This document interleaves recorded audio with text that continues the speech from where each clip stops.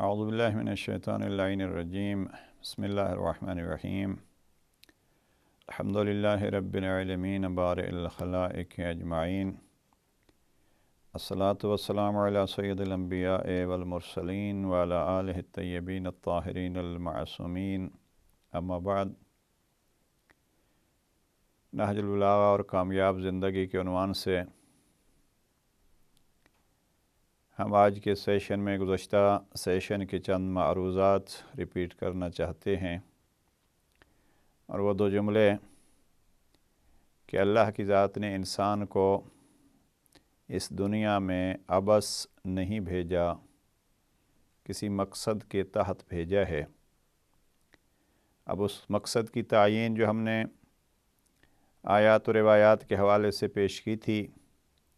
خلاصہ اس کا یہ ہے کہ مقصد زندگی عبادت ہے، اور عبادت یہ ہے کہ مالک کی مرضی کے مطابق وقت گزارا جائے۔ زندگی جو بھی اس کا مفہوم ہو، زندگی مالک کی مرضی کے مطابق گزاری جائے۔ اب اس میں مقصد کی بات جب آتی ہے تو میں آج کے سیشن کو یہیں سے شروع کر رہا ہوں کہ ہم اکثر یہ تو کہتے ہیں کہ زندگی میں کوئی مقصد ہونا چاہیے، مقصد تو ہونا چاہیے، لیکن ہم اس مقصد کو معین نہیں کر پاتے۔ خصوصیت کے ساتھ یہ سیشن چونکہ ہمارے نئے سال کے پہلی تاریخ کو ہو رہا ہے، اس حوالے سے میں یہ گزارش کروں گا کہ بڑا ہی اچھا موقع ہے اور مناسبت ہے کہ ہم آج ہی دیکھیں کہ ہم اپنی اس زندگی کا مقصد کیا سامنے رکھ کے چل رہے ہیں۔ اب ایک شخص کی 40، 50، 60 سال زندگی گزر چکی ہے، وہ اپنی اس زندگی کو کامیاب زندگی یا ناکام زندگی کہے گا تو وہ تبھی کہہ سکتا ہے جب اپنے مقصد کو دیکھے گا کہ میں نے مقصد کو کتنا حاصل کیا ہے، کس حد تک میں مقصد پا سکا، کس حد تک میں نے مقصد سے اپنے آپ کو میں محروم رہا۔ حقیقت یہ ہے کہ بہت سارے افراد آئیں گے اور جو دن گزر جاتا ہے وہ گزر جاتا ہے، وہ دن ان کی زندگی کو اپنی اور وہ گھڑیاں اپنے اوقات کو اپنی مرضی سے گزارتی رہتی ہیں، کبھی ہم نے اپنی مرضی سے ان لحظات کو نہیں گزارا۔ انشاءاللہ آج کے سیشن میں تھوڑا سا عرض کروں گا اس موضوع پہ بھی، لیکن میں جو موضوع کے متعلق مقصد کے متعلق عرض کر رہا ہوں، ضروری یہ ہے کہ انسان بیٹھ کے کم از کم اگر ہم آج اس سال کے پہلے دن میں بیٹھ کے یہ دیکھیں کہ ہم نے اس سال میں کیا کرنا ہے، اپنے مقصد کو تعین کر لیں۔ چونکہ جب ہم قرآن مجید کی آیات کے حوالے سے دیکھتے ہیں کہ وَمَا خَلَقْتُ الْجِنَّ وَالْإِنسَ إِلَّا لِيَعْبُدُونَ، میں نے جنوں اور انسانوں کو عبادت ہی کے لیے پیدا کیا ہے۔ اب اس کا مقصد یہ نہیں ہے کہ ہم بس فقط نماز ادا کرتے رہیں، ماہ مبارک رمضان میں روزے رکھ لیں، حج کا فریضہ ادا کر لیں۔ اگرچہ بعض افراد کو یہ سعادت بھی میسر نہیں ہوتی، نماز کی بھی اہمیت نہیں ہوتی اور دوسرے واجبات کی ادائیگی کی طرف بھی توجہ نہیں ہوتی، تو یہ واضح ترین جو مصداق ہیں اس مقصد عبادت کے، ان سے بھی بعض افراد دور رہتے ہیں۔ پروردگار اس سے ہمیں محفوظ فرمائے۔ مقصد زندگی میں نے جیسے گزشتہ سیشن میں عرض کیا تھا، تاکہ یہ زندگی بھی کامیاب رہے اور آخرت بھی کامیاب رہے، اس کے لیے تعین کرنا ہے مقصد کا کہ ہمارا زندگی میں مقصد کیا ہے۔ بزرگان سے مثلا اس دفعہ بعض افراد جو چہلم کے موقع پہ نجف میں آیت اللہ العظمیٰ آغا سستانی سے ملے ہیں، یہ بات بیان کر رہے تھے کہ آغا نے جو چیزیں مثلا بیان فرمائیں، بالخصوص UK جہاں ہم بیٹھے ہیں، UK والوں کے لیے آغا بار بار فرماتے ہیں۔ جب ہماری ملاقات بھی ہوئی، ہم بھی زیارت کے لیے گئے، آغا کی زیارت ہوئی، تو اس میں وہی فرمانے لگے، اپنے بچوں کو کہو اپنے تعلیمی مقاصد کو بلند رکھیں۔ یعنی یہاں UK میں چونکہ تعلیم کی ایک سہولت ہمیں میسر ہے، فرمانے لگے اس کو زیادہ سے زیادہ آپ فائدہ اٹھائیں، اچھے سے اچھے کورسز میں جائیں، اور دوسرے مومنین جو بچوں کی ضروریات اگر کہیں پوری نہیں ہوتی تو ان کی ضروریات پوری کریں، جو الحمدللہ UK میں مجھے نہیں لگتا کہ کہیں کوئی کمی ہو۔ تو یہ ایک UK کی جو تعلیمات ہیں اس سے مثلا ہمیں زیادہ سے زیادہ فائدہ اٹھانا چاہیے۔ والدین کا ایک مقصد ہونا چاہیے کہ مجھے بچوں کو کیا پڑھانا ہے، بچوں کا جوانوں کا ایک مقصد ہونا چاہیے کہ ہمیں کس سٹیج تک، کس مرحلے تک پہنچنا ہے۔ دینی اعتبار سے ایک ہمارا مقصد ہونا چاہیے کہ نیا سال ہے اور اس نئے سال میں ہم نے دینی مقاصد جو ہیں وہ کون کون سے حاصل کرنے ہیں۔ مثلا ایک جوان کہتا ہے کہ میں نے مثلا فلاں سبجیکٹس میں ڈگری کرنی ہے، وہ شروع کرے گا تو 3 سال 4 سال 5 سال کی جو بھی ڈگری ہے وہ اس میں اس کی طرف جائے گا۔ اور اگر مذہبیات میں ایک انسان جانا چاہتا ہے تو وہ بھی طے کرے گا کہ مثلا ابھی میں نے نئے سال میں کون کون سے گول اچیو کرنے ہیں، کس کس مقصد تک مجھے پہنچنا ہے۔ لیکن ایک انسان کی زندگی کا مقصد ہی کوئی نہیں ہوگا، جو وقت گزر گیا، کل دن آئے گا تو ہم دیکھیں گے۔ نہیں، مقاصد طے کرنے کے لیے میں یہاں عرض کروں کہ کم از کم اگر طولانی نہیں تو عام افراد جن کا حوصلہ ذرا اس حد تک نہیں ہے، وہ اپنے 5 سال کا مثلا ایک ٹارگٹ بنا لیں۔ آج سے 5 سالوں کے درمیان ہمیں مثلا قرآن مجید کی گہرائی سے مطالعہ کرنا ہے، ہمیں مثلا فلاں سبجیکٹ میں ڈگری کرنی ہے، ہمیں انسانیت کی خدمت میں یہ مراحل طے کرنے ہیں، ہمیں اپنی اصلاح کے لیے یہ قدم اٹھانے ہیں، ہم نے دوسروں کی اصلاح کے لیے یہاں تک پہنچنا ہے۔ جناب موسیٰ جیسے جناب ہارون کو مانگ رہے تھے، پروردگار رب شرح لی صدری ویسر لی امری واحلل عقدۃ من لسانی، یہ جو دعائیں ہیں ان دعاؤں کے مراحل کو ہم نے کس حد تک طے کرنا ہے، اور دین اور دنیا کے مسائل کو بہتر سے بہتر انداز میں حل کرنے کے لیے اور مدد کرنے کے لیے ہم نے کتنے دوسرے افراد کو ساتھ ملانا ہے۔ ہمارے ہاں ایک کمزوری جو ہے اس کی طرف اشارہ کرنا چاہتا ہوں، وہ یہ ہے کہ ایک شخص کا مقصد تو ہوتا ہے لیکن وہ اس مقصد کے پیچھے اکیلا ہی چلے گا تو اس کو وقت زیادہ لگے گا، خرچ اس کا زیادہ ہوگا، طولانی مدت اس کو درکار ہوگی۔ اگر ایک شخص ایک مقصد کو متعین کرتا ہے اور اس مقصد کے لیے وہ مثلا اپنا اگر اکیلا 10 سال معین کرتا ہے، اگر 10 افراد وہ اپنے ساتھ ملا لے تو ممکن ہے وہی مقصد وہ 2 سالوں میں حاصل کر سکے۔ لہذا ایک مقصد یہ ہونا چاہیے کہ دین کے لیے، دنیا کے لیے ہم اپنے ساتھی جو ہیں وہ کتنے ہمیں تلاش کرنے ہیں۔ ابھی ان ساتھیوں کی تلاش ہمیں کہاں سے کرنی ہے؟ یہ ساری چیزیں بہرحال اب اس سے زیادہ مثلا آپ بعض کامیاب افراد کو دیکھیے، اس دنیا کے بعض کامیاب افراد کو دیکھیے، اپنے 1 سال کا گول بنائیے، اپنے 5 سال کا، 10 سال کا، پھر اپنے افراد کو ساتھ ملائیے۔ لیکن یہ ہے کہ ایک ہدف ہونا چاہیے، ایک مقصد ہونا چاہیے، جس مقصد تک پہنچنے کے لیے اپنا امتحان ہو جائے کہ ہماری زندگی کامیاب ہے یا کامیاب نہیں ہے۔ مثلا دنیاوی طور پر، جس کو ہم کہتے ہیں دنیاوی طور پر، میں نے جیسے عرض کیا ہے، اب مثلا ایک شخص اٹھتا ہے، وہ کہتا ہے میں نے اس سال مثلا 200 300 اپنی استعداد کے مطابق اتنے محروم افراد کو تعلیم کے پلیٹ فارم پہ لے آنا ہے۔ اب ایک شخص جو ہے وہ اگر مثلا کہتا ہے میں نے اس سال میں 100 بچوں کو جو تعلیم کی نعمت سے محروم ہیں کسی وجہ سے، خاندان کے یا حکمرانوں کی وجہ سے، میں نے 100 بچے کو تعلیم کی فیلڈ میں لے آنا ہے۔ اب وہ اگر اکیلا شروع کرتا ہے تو اس کے سامنے ایک ٹارگٹ ہونا چاہیے۔ میں سمجھتا ہوں بہتر یہ ہے کہ بہت سارے افراد ممکن ہے الگ الگ اس چیز کو انجام دے رہے ہوں، وہ اپنا ایک مقصد معین کرے اور اس مقصد کی طرف رواں دواں افراد کو، جیسے ہمارے ہاں ہوتا ہے نا، اگر کوئی شخص جو ہے وہ مثلا زیارت کے لیے جانا چاہتا ہے، وہ پوچھتا ہے کوئی قافلہ اور تو نہیں جا رہا۔ اب اگر کوئی قافلہ اور جا رہا ہوتا ہے تو سفر اس کا وہی ہوتا ہے،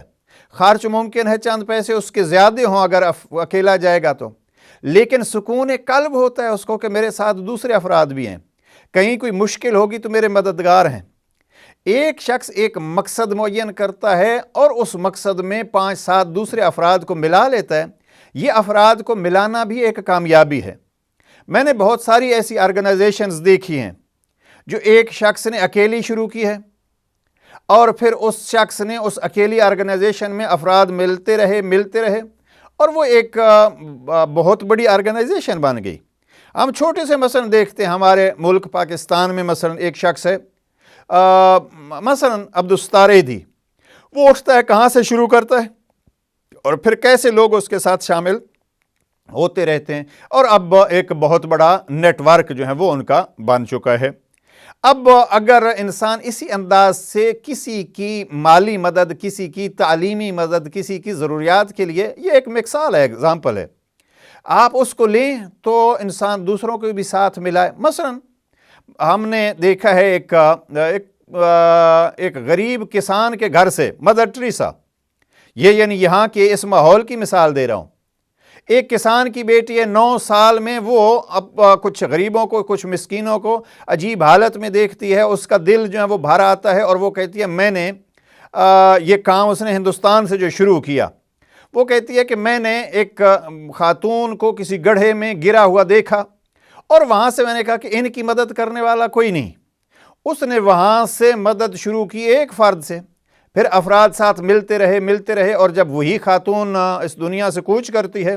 تو اس کے اداروں میں ہزاروں افراد کفالت میں تھے اور ان کی خدمت کی جا رہی تھی۔ مثلا آپ اس سے بڑھ کے دیکھیے وہ لوگ جو مذہبیات میں کام کرنا چاہتے ہیں، آیت اللہ العظمیٰ امام خمینی کی زندگی کو دیکھیے، 5 سال کے ہیں جب باپ مارا جاتا ہے، اور آقا کے ذہن میں ایک آتا ہے کہ یہ لوگ جو ظلم کرتے ہیں ان کے ظلم کو کیسے روکا جائے، مظلوم کی کیسے مدد کی جائے۔